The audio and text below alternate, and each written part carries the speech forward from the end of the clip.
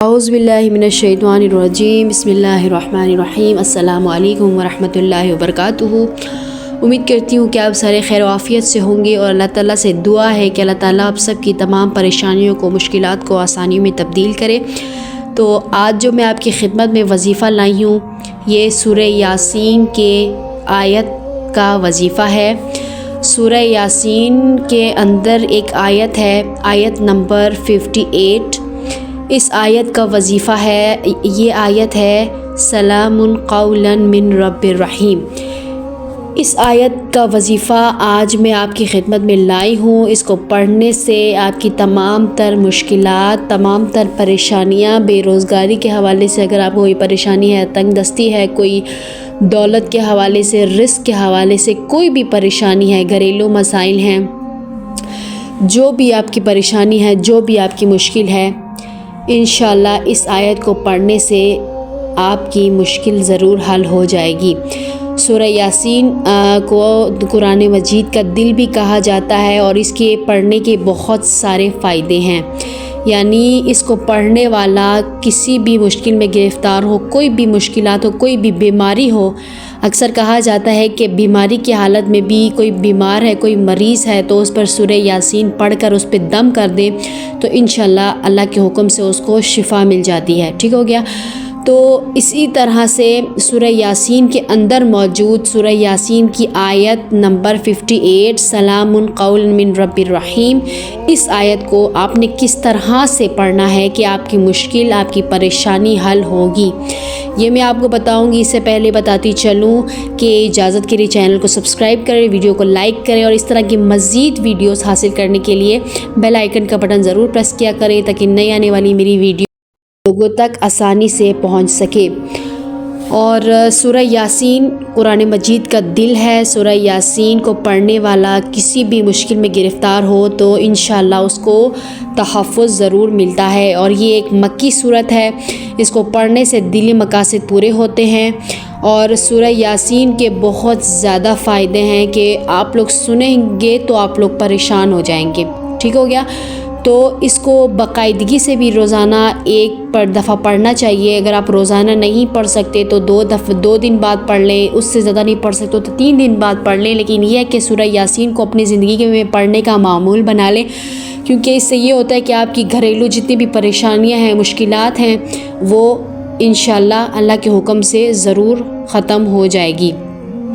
تو جو وظیفہ میں آج آپ کے لیے لائی ہوں بہت ہی مجرب، بہت ہی طاقتور ہے۔ آپ نے غور سے سنا ہے، ویڈیو کو پورا دیکھیں اور بیچ میں اسکپ نہ کیا کریں، اس طرح سے آپ کو بالکل بھی میری بات کی سمجھ نہیں آئے گی۔ تو وظیفہ یہ ہے کہ وظیفہ کی طرف چلتے ہیں۔ وظیفہ بہت ہی طاقتور ہے۔ آپ نے اس وظیفے کو کم از کم 2 دفعہ کر لیں یا ایک دن میں 2 دفعہ کر لیں، ٹھیک ہو گیا؟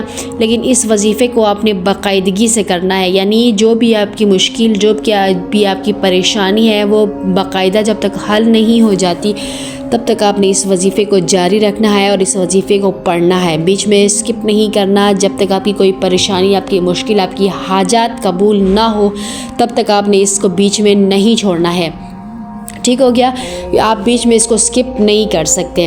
تو اگر آپ نے اس کو بیچ میں سے اسکپ کر لیا تو آپ کو اس کو دوبارہ پڑھنا پڑے گا، ٹھیک ہو گیا؟ لیکن یہ ہے کہ آپ نے امید کے ساتھ، یقین کے ساتھ، بالکل پاک جگہ پہ بیٹھ کر باوضو ہو کر آپ نے اس وظیفے کو کرنا ہے، اور یقین کے ساتھ، کوئی بھی چیز کا یقین کے ساتھ ہوتا ہے کہ وظیفے کی طرف میں آپ کو وظیفہ بتاتی ہوں کہ وظیفہ آپ نے کس طرح سے پڑھنا ہے۔ آپ لوگوں نے اس وظیفے کو پڑھنے سے پہلے ایک مرتبہ درود ابراہیمی پڑھنا ہے۔